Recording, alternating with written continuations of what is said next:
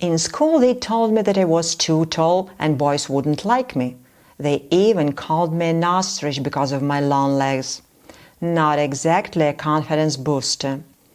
Then I grew up, boys started to like me, but my peers said, "You are attractive and tall like a model, but not smart enough to get into college." When I graduated and earned my degree, my parents said, "It's hard for any college graduate to find a good job, and even harder for a woman." When I became the director of an advertising agency, my colleagues said, "You'll never be able to quit. You won't make a living as a woman entrepreneur." And when I finally did become an entrepreneur, I thought the criticism would stop. But now my girlfriends with sympathetic smiles said, "You'll never build a family. You're a single mom and always busy with work." And when I became a successful entrepreneur, built a family, and found happiness, the criticism didn't stop. It just changed its tone. Why do people feel compelled to criticize those who choose a different path? Why is that when someone acts outside the norm, even if it's the right thing to do, it's labeled as strange? Simply because it doesn't look like what the majority is doing. Why do people resist acknowledging that doing things differently can actually lead to faster, better results than blindly following the crowd and giving in to social pressure? Let's dig into this. In 1934, Sylvan Goldman, the owner of several grocery stores, noticed that customers stopped shopping when their bags got too heavy. That observation led him to invent the shopping cart. He was thrilled with his idea, but when the carts were introduced in stores, customers refused to use them. They didn't see the benefit. Goldman didn't give up. He hired a group of fake shoppers who walked around the store pushing carts and filling them with products. Only then did real customers begin to follow their example. Today, shopping carts are so common that no one questions them. But if Goldman hadn't used this clever trick, he might never have earned hundreds of millions from this invention. The influence of the crowd is so powerful that it's hard to act differently. It's even harder to accept that doing things your own way will inevitably trigger resistance from society. The opinions and actions of the majority are a strong lever, one that often pushes people into wrong, even foolish decisions. This psychological vulnerability is exploited in consumer advertising. When we see a woman, someone like us in a commercial buying a certain brand of detergent or stain remover that magically erases stains, we are tempted to buy the same product. After all, the ad says most women already use it successfully. I've fallen for that trick myself. And I know most of those products aren't nearly as good as the ads claim. The same principle is used in racetracks. Seasoned gamblers sometimes place bets on obviously weak horses, just to manipulate the odds board. Newcomers see those bets and copy them, and lose. The pros, they win, because they understand how social proof works.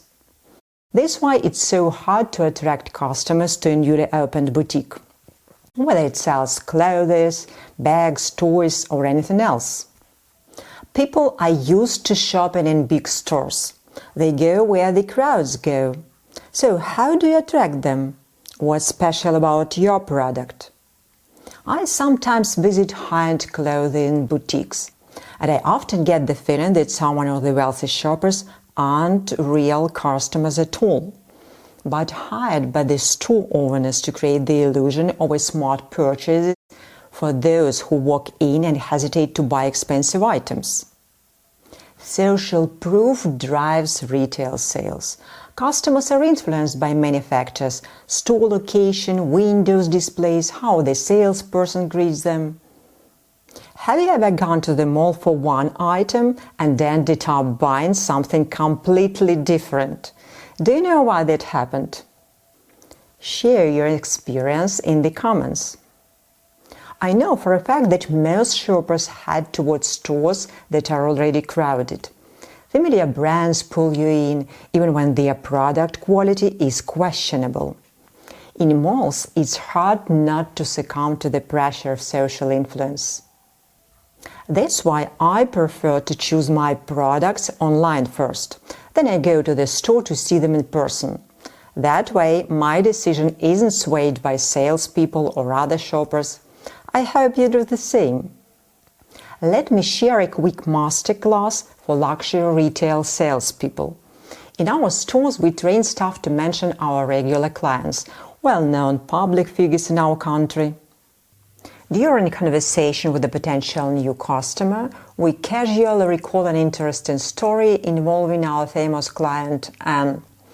That little anecdote often becomes the tipping point for hesitant buyers. They associate themselves with Anne, whom they admire, and lean toward making a purchase. We are not deceiving anyone. We simply know when and how to share the right information to close the deal. The golden rule in selling high-end products: speak less, speak clearly, and stick to the facts, no fluff. Sometimes blindly following the crowd or the technical protocol can be dangerous. We've all heard of stampedes at football matches where people were physically harmed due to crowd pressure. Here's another example. Airline safety studies have shown that social proof can influence pilots' decisions in dangerous weather. In extreme situations, some pilots ignored instrument reading and physical warnings that signaled they should abort the landing. Instead, they focused on the growing pressure to land, and that decision sometimes led to tragedy. When you understand how social proof works, you won't fall to the traps set by professionals who want to steer you off course for their own gain. The key is to recognize and separate false social proof from real facts that you see and know for yourself. You always have a choice: listen to others and follow their advice blindly, or listen, observe, and follow your inner voice. And trust me, your voice knows the way.